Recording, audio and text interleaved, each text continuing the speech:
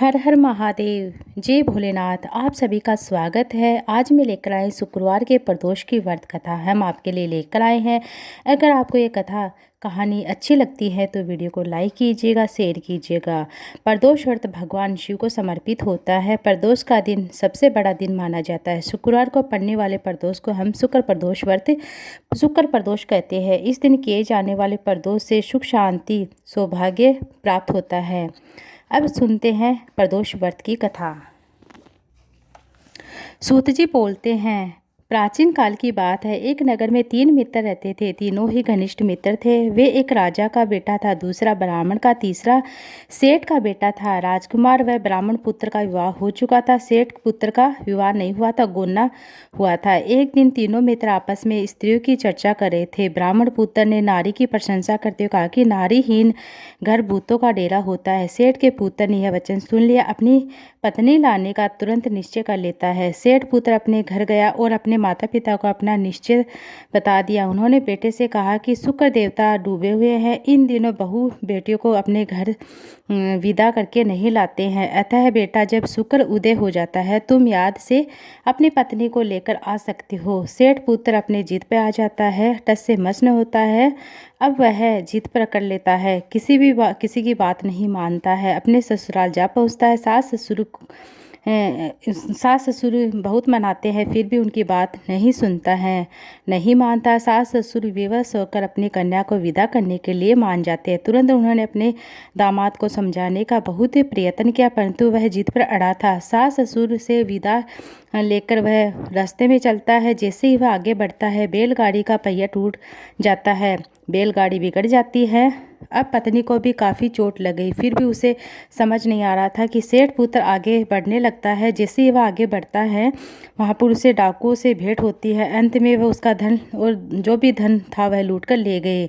फिर भी उसे विश्वास न। सेठ का पुत्र अपनी पत्नी सहित रोता पीटता हुआ अपने घर को पहुँचता है। जैसे रास्ते में सांप ने डस लिया, जैसे ही सांप ने डसा वह गिर गया और पत्नी ने आवाज़ लगाई। उसके बाद उसके पिता आए तथा उन्होंने तुरंत ही वेद को बुलाया। वेद ने जैसे ही सेठ पुत्र को देखा और घोषणा करा दी कि आपका पुत्र 3 दिन में मर जाएगा। पुत्र के 3 दिन ही थे मरने की बातें सुनकर यह गांव चारों तरफ फैल जाती। उसी समय घटना ब्राह्मण पुत्र को लगती है।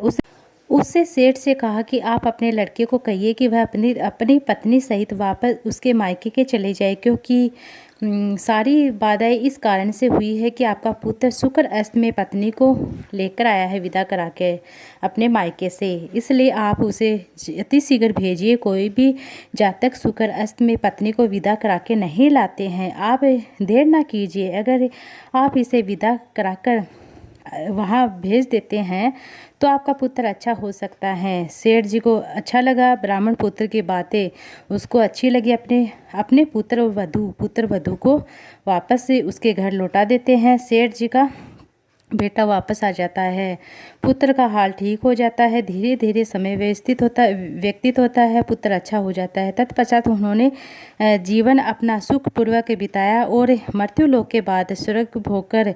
प्रदोष व्रत की एक और कथा है जो इस प्रकार है। स्कंद पुराण में वर्णित है कि एक कथा के अनुसार प्राचीन काल में एक विधवा ब्राह्मणी अपने पुत्र को लेकर भिक्षा मांगने जाती थी। उसी भिक्षा से अपने पुत्र का और खुद का लालन पालन होता था, जीवन गुजारा होता था। एक दिन की बात है, वे भिक्षा लेने के लिए जा रही थी तो उसी नदी के किनारे एक सुंदर बालक दिखाई दिया जो विदर्भ देश का राजकुमार था, धर्म गुरु था और शत्रुओं से उसके पिता मारकर उसका राज्य हड़प लिया। उसकी माता पिता की मृत्यु के बाद अकाल हुई। ब्राह्मणी ने उसे बालक को अपना घर ले आए, उसका लालन पालन किया। उसे नहीं पता था कि वह बालक राजकुमार है। ब्राह्मणी ने दोनों बालकों को कोई भी भेद नहीं समझा और उसने अपने पुत्र के अनुसार उसका लालन पालन किया। राजकुमार इसी वह समय से बीतता गया। भिक्षा मांगने के लिए अपने दोनों पुत्रों के साथ चली जाती थी। समय बीता। कुछ समय पश्चात ब्राह्मणी दोनों बालकों के साथ देवयोग से मंदिर गई और उनकी भेंट ऋषि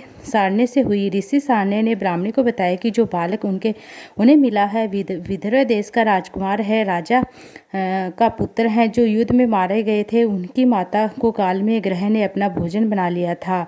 ऋषि ने ब्राह्मणी पर दया करके उन्होंने कहा कि ब्राह्मणी तुम्हारे पास राजकुमार है, इसलिए तुम प्रदोष व्रत करो। मैं तुम्हें सलाह देता हूँ। ब्राह्मणी ने ऋषि की बात मानकर दोनों बालकों ने भी प्रदोष व्रत करना प्रारंभ किया। एक दिन दोनों बालक वन में घूम रहे थे, तब उन्हें कुछ गंधर्व कन्याएं नजर आई। ब्राह्मण बालक को घर लौटते, किंतु राजकुमार धर्म गौतम अंशुमति नामक एक गंधर्व कन्या से बात करने लगे। गंधर्व कन्या राजकुमार एक दूसरे पर मोहित हो जाते हैं।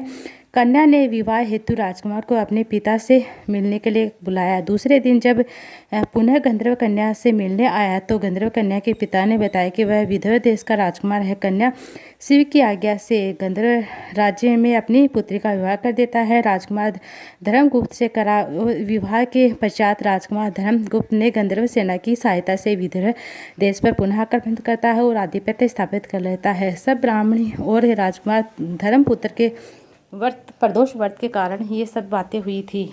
अब जो प्रदोष व्रत के दिन शिव पूजा के बाद एकाग्रत होकर प्रदोष व्रत कथा सुनता है, पढ़ता है, 100 जन्मों तक कभी भी उसके घर में दरिद्रता नहीं आती, लक्ष्मी का वास होता है। भगवान शिव शंकर उसकी सभी मनोकामनाएं मनोरथ पूर्ण करते हैं और जो भी जातक प्रदोष व्रत रखता है उसकी सभी मनोकामनाएं पूर्ण हो जाती है, शीघ्र हो जाती है। जिस प्रकार राजा धर्मगुप्त को राजपाट मिला था, ब्राह्मणी को भी राजयोग प्रदान हुआ था। भगवान शिव शंकर जिस प्रकार अपनी ब्राह्मण की दरिद्रता को दूर किया, धर्मगुप्त को अपना राजपाट दिलाया, सुनने वाले को कथा पढ़ने वाले को सुनने वाले को सुनाने वाले को हुकारा भरने वाले को उनकी सभी की गरीबी दरिद्रता दूर करना। शिव शंकर जय माता रानी की, जय माता पार्वती जी की।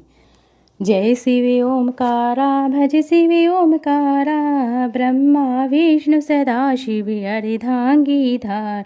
जय शिव ओमकारा एकानन चतुरानन पंचानन राजे, बोले पंचानन राजे हंसाशन गरुड़ाशन ऋषिवाहन साजे। जय शिव ओमकारा एकानन चतुरानन पंचानन राजे, भोले पंचानन राजे हंसासन गरुड़ासन ऋषिवाहन साजे। जय शिव ओमकारा दो भुजि चारि चतुर्भुजि दस भुजि अति सोहे, बोले दस भुजि अति सोहे त्रिगुण रूप निरखता त्रिभुवन जन मोहे।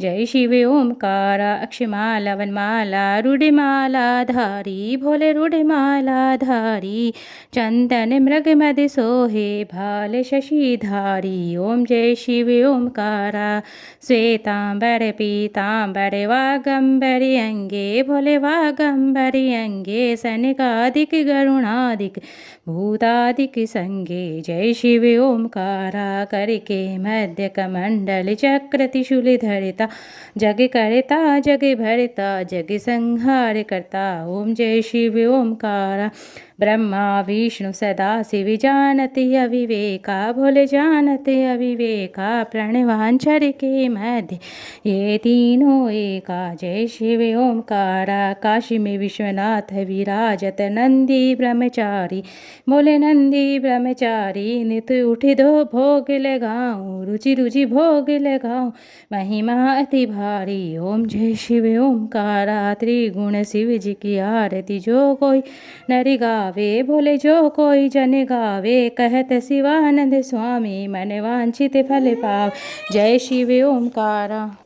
बोलो बोलो बोलो शिव शंकर भगवान की जय। हर हर महादेव। श्री शिवाय नमस्तुभ्यं।